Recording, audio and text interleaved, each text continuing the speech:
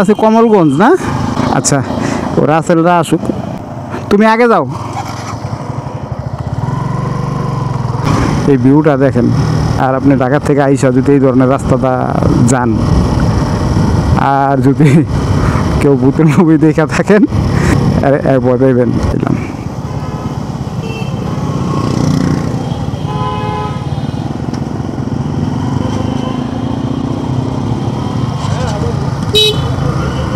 ও আচ্ছা, এই যে লাউয়াছড়া জাতীয় উদ্যান, এখানে এখন গাড়িটা পার্ক করে পর্যন্ত যেহেতু আইছি ভিতরে যাই। এখন আমরা ঢুকবো এটার ভিতরে, ঢুইকা আমাদের বাইকটা আবার ওই সাইডটা রাখছি। টিকিটটা দিয়ে দাও, টিকিট দাও, চারজনের টিকিট ওই জায়গায়। তো এই যে এখানে আমাদের দুইটা বাইক রাখা আছে। আর এখন ভিতরে যাব, সময় অবশ্য এখন প্রায় 5টার কাছাকাছি বাজে, বেশিক্ষণ ঘোরা যাইব না এখানে। তো তারপরে যেহেতু এই সাইডে আইসি, আমাদের আর আসা হইব না, আমরা শহরের দিকে ওদিকে যাই, আমরা হোটেলে রুম নিব। তো এই সাইডটা আমরা এখন যেহেতু এইখান থেকে চলে যেতেছি, তাই এই সাইডের ফুটেজটা আপনাদেরকে দেখাইলাম। এই পার্কটা, এটা ভিতরটা আমরা ঘুরে আপনাদেরকে দেখাবো।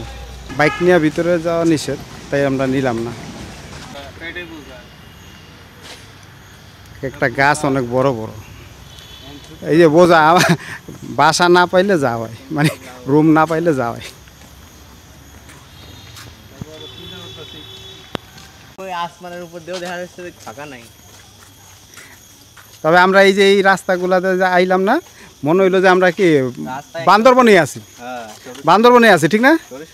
শুধু পার্থক্য একটাই, পার্থক্যটা কি জানো? এই জায়গায় চা বাগান পাহাড়ে, আর ওই বান্দরবনের পাহাড়ে কোনো চা বাগান নাই, চা বাগান নাই, ধান আছে। শুধু পার্থক্য এইটাই।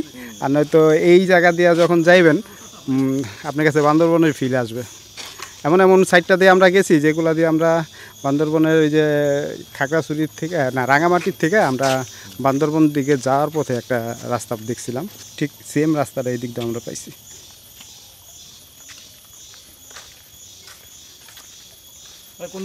কোন জেলা থেকে আসছেন ভাই? আমরা তো ঢাকার থেকে আসছি। আপনারা? যশোর। যশোর, ও আচ্ছা। আর কিছু শোনো আর না শোনো, ঝিঝি পোকার ডাক শুনতেছো না? হ্যাঁ, এর ভিতর তো আছে, জিক চিক চিক করতে আছে। হ্যাঁ, আমরা রুম পাইয়া গেলে এই জায়গার থেকে এত তাড়াতাড়ি যাইতাম না। ওই যে দেখো, তুমি যেটা দেখতে চাইছো, বুঝে ওই যে সামনে, ওই যে বান্দর, বান্দর বুঝে দাও, খেলা দেয় আইতাছে, সাবধান সাবধান। ফোন কিন্তু খাওয়া দাওয়া লয়ে যাবো গা, খাবার না লয়ে ঢুকলে তো নিবই। খেলা, ওর খেলা দেখবা আর ওরে খাওন দিবা না, এটা তো হইব না।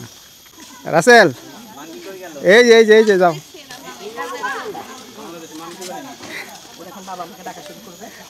দেখো আবার খাবার টাবার দেন না পারে। হ্যাঁ, এটা মানে এটার বাচ্চা, ওই দেখ, ওই পিছনেটা দেখ, পিছনের বাচ্চা, বুঝলি না, খারাপ দরকার নেই।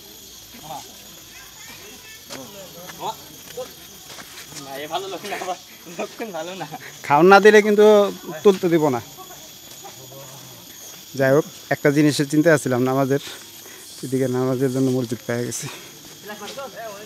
এই যে তোমার ডাকছিল লেগা, হ্যাঁ হ্যাঁ, এই যে আসলে নামাজ পড়ে থেকে বাইরাম, একবারে সিধা যায় ওই দিক থেকে রুমটা যায় বুক করে বাস।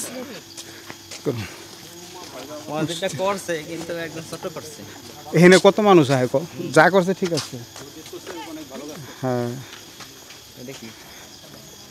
ঠিক আছে, রাখ, ওইটাই হলো মেন। ওকে, এদিকে কর।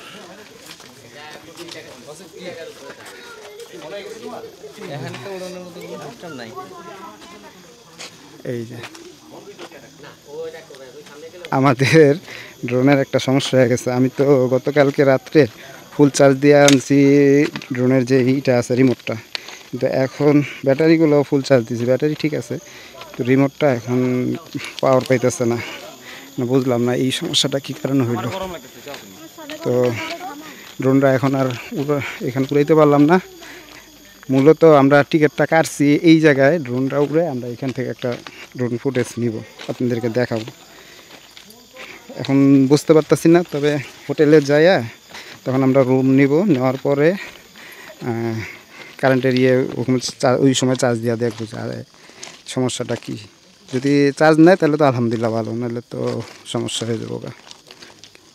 তো এই পর্যন্ত আমরা অনেক জায়গায় গেছি, তখন এই সমস্যা হয় না, ঠিক না আলম ভাই? এখন আমরা এই জায়গা দিয়া আমি আর আমার, ঠিক আছে, থ্যাংক ইউ।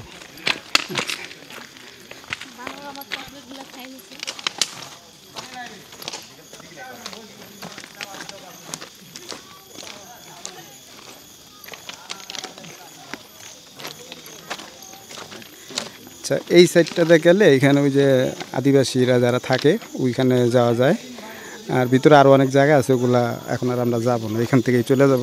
মনটা খারাপ হয়ে গেছে, কারণ এই জায়গার সিনটা অনেকেরই দেখছি, রুম দেওয়া নিচে তো অনেক সুন্দর হয়েছে, তো নিতে পারলাম না। এখন চলো, আসো রাসেল, আজান দিয়েছে, নামাজটা পড়া চলো জায়গা।